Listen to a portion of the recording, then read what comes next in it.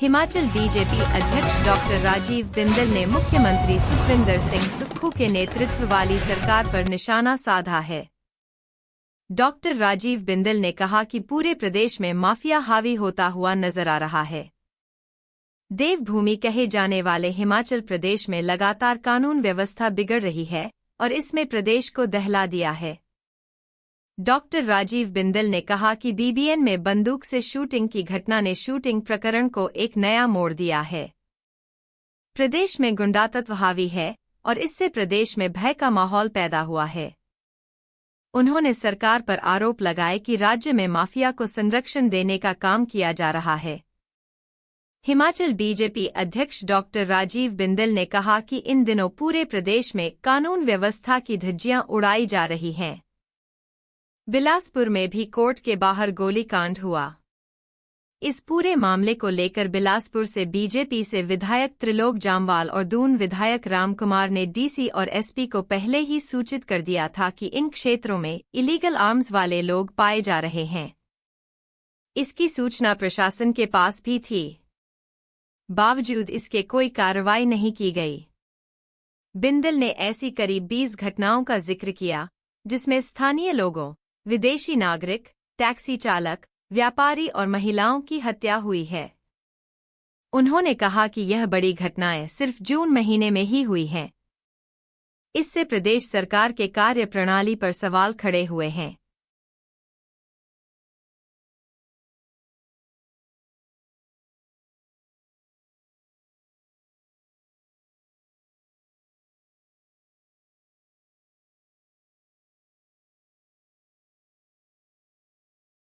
में निरंतर क्राइम की घटनाओं ने प्रदेश को दहला दिया है।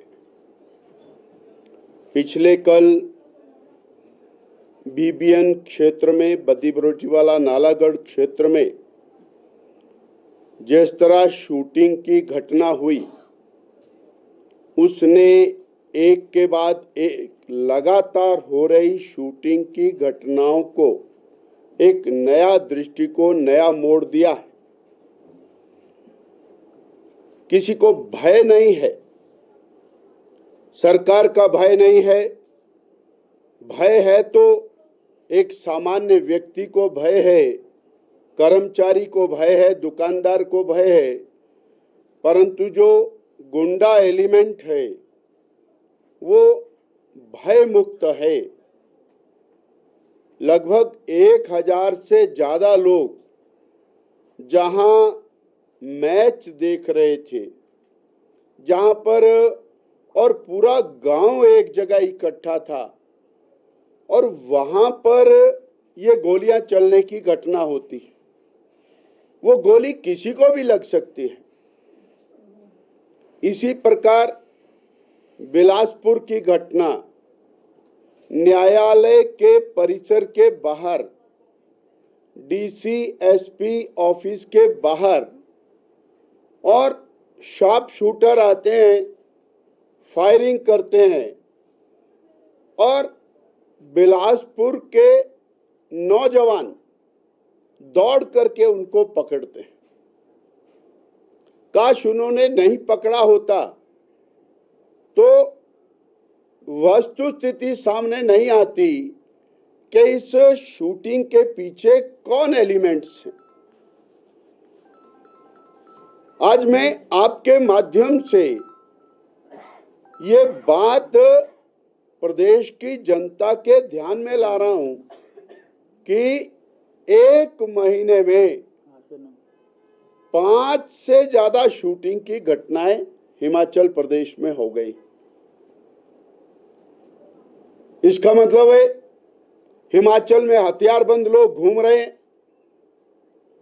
कोई भी हथियार लेकर के चल रहा है, उसकी निगरानी क्या है, उसकी चौकसी क्या है।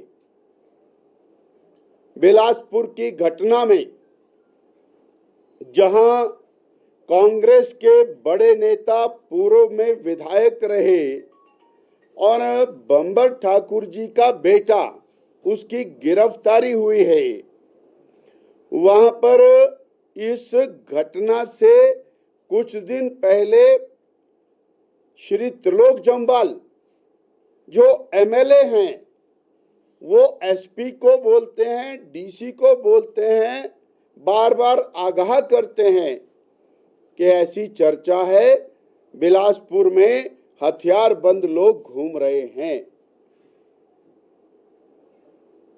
कोई कार्रवाई नहीं। और जब ये हो गई घटना, उसके बाद आप दौड़े हुए हैं, उसका क्या पर्पस है?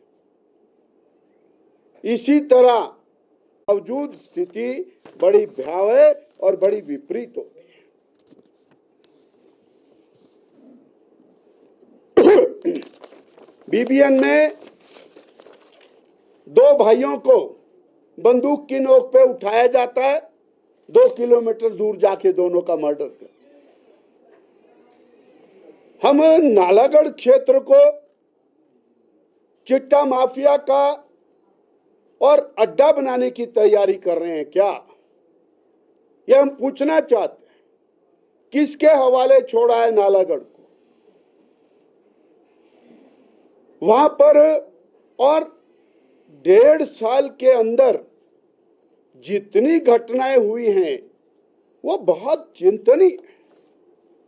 इसलिए हमारा सीधा सीधा सरकार के ऊपर आरोप है कि सरकार और सरकारी तंत्र हिमाचल प्रदेश के जनमानस के साथ खिलवाड़ कर रहा है, उनके जीवन के साथ खिलवाड़ कर रहा है। और हिमाचल प्रदेश जो शांति प्रिय प्रदेश था, वहां चंबा की और नृशंस हत्या से लेकर ये सब गोलीबारी की घटनाएं इस बात का सबूत है कि सरकार कानून व्यवस्था की धज्जियां खुद उड़ा रही। साथियों, लगातार आरोप लगाते रहे कि हम साक्ष्य रख रहे हैं, परंतु उच्च न्यायालय से उनको नोटिस चला गया मानहानि का। आज तक एक लाइन का जवाब नहीं उनसे बना। अंदाजा लगाइए कौन सच है कौन झूठ है। अगर वो सच होते तो जवाब देते, और दूध का दूध पानी का पानी हो जाएगा। एक वीडियो आ गया है किस तरह जमीनें बिक रही हैं, किस तरह सरकारी पैसे का दुरुपयोग हो रहा है, वो सबके सामने आ गया है। और उसके बाद जब बिल्ली थैले से बाहर आएगी, उसके बाद भी सवाल है।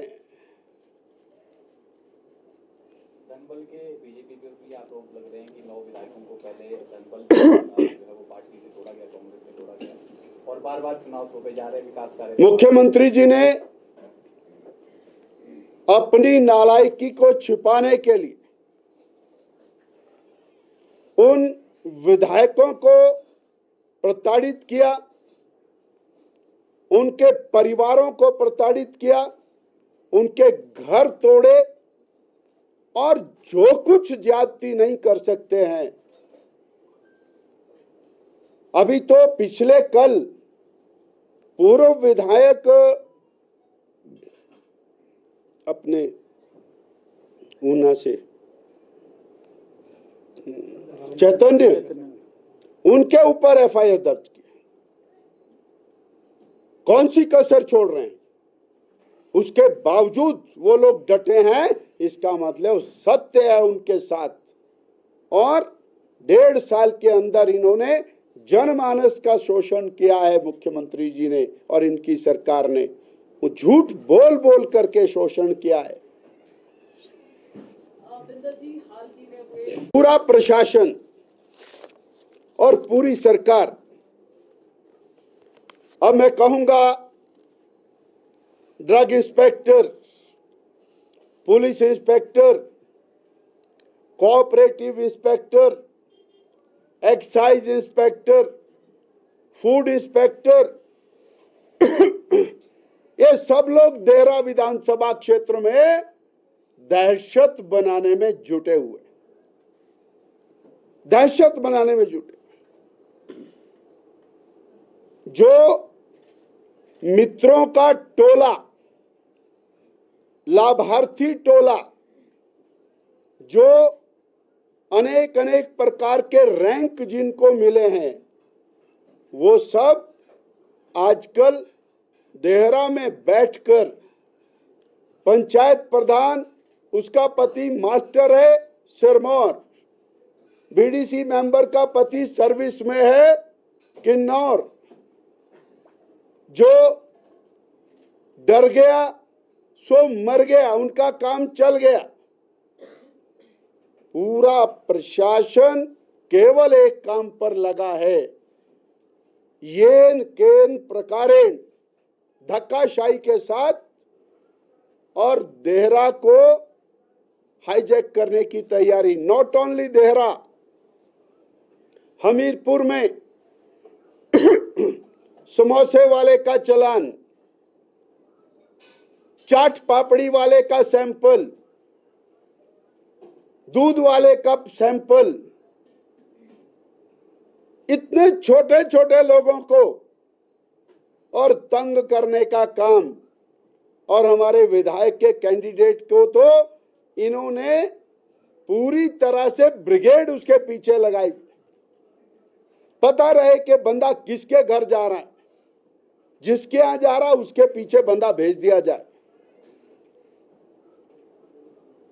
ये स्थितियां तीनों चुनाव को और धन बल के आधार पर हाईजैक करने का और सरकार का, मुख्यमंत्री जी का जो योजनाबद्ध षड्यंत्र है, ये कामयाब होने वाला नहीं है।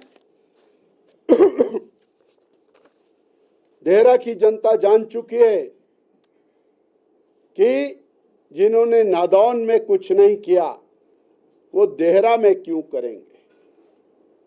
पर है कमाल, आसमान के तारे तोड़कर देहरा की सड़कों पर बिछा देंगे, ये आजकल वहां पर डायलॉग।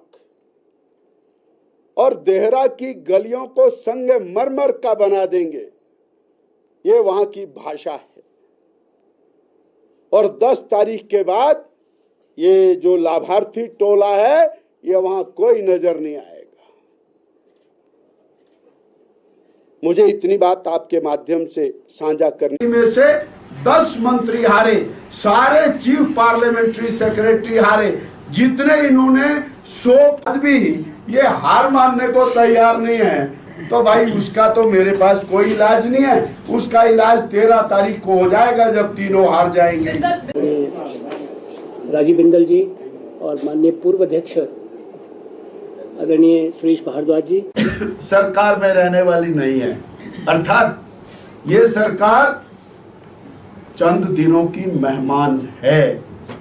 वक्त बताएगा। आज कमीशन नोटिस चलाएगी दोबारा से। सभा में चर्चाएं उसको निकाल लें, ध्यान आ जाएगा कि बीजेपी का क्या स्टैंड है। चौहान की आधी प्रेस कॉन्फ्रेंस, उनका ये कहना था कि यही रट लगा रखी सरकार, अब गिरी तब गिरी, विकास के नाम पर एक भी चिट्ठी उन्होंने चुनौती दी, एक तेरा होशियारा है तेरा, यहाँ तो मायका भी नहीं है, मायका भी दूसरी जगह है। ये बहुत सारे सवाल हैं। वर्मा जी, आशीष शर्मा वो कदम माफिया हैं। पूर्व में जो 4 प्रत्याशी हार गए हैं उनमें से 2 के ऊपर सरकार यही एलिगेशन लगाती रही, सच किसका मानना है? मुख्यमंत्री जी का दुरुपयोग उन्होंने किया और 68 विधानसभा क्षेत्रों में 61 विधानसभा क्षेत्रों है और जीत करके दिखाई। बिंदल जी, अगर आपके कैंडिडेट जीतते हैं तो क्या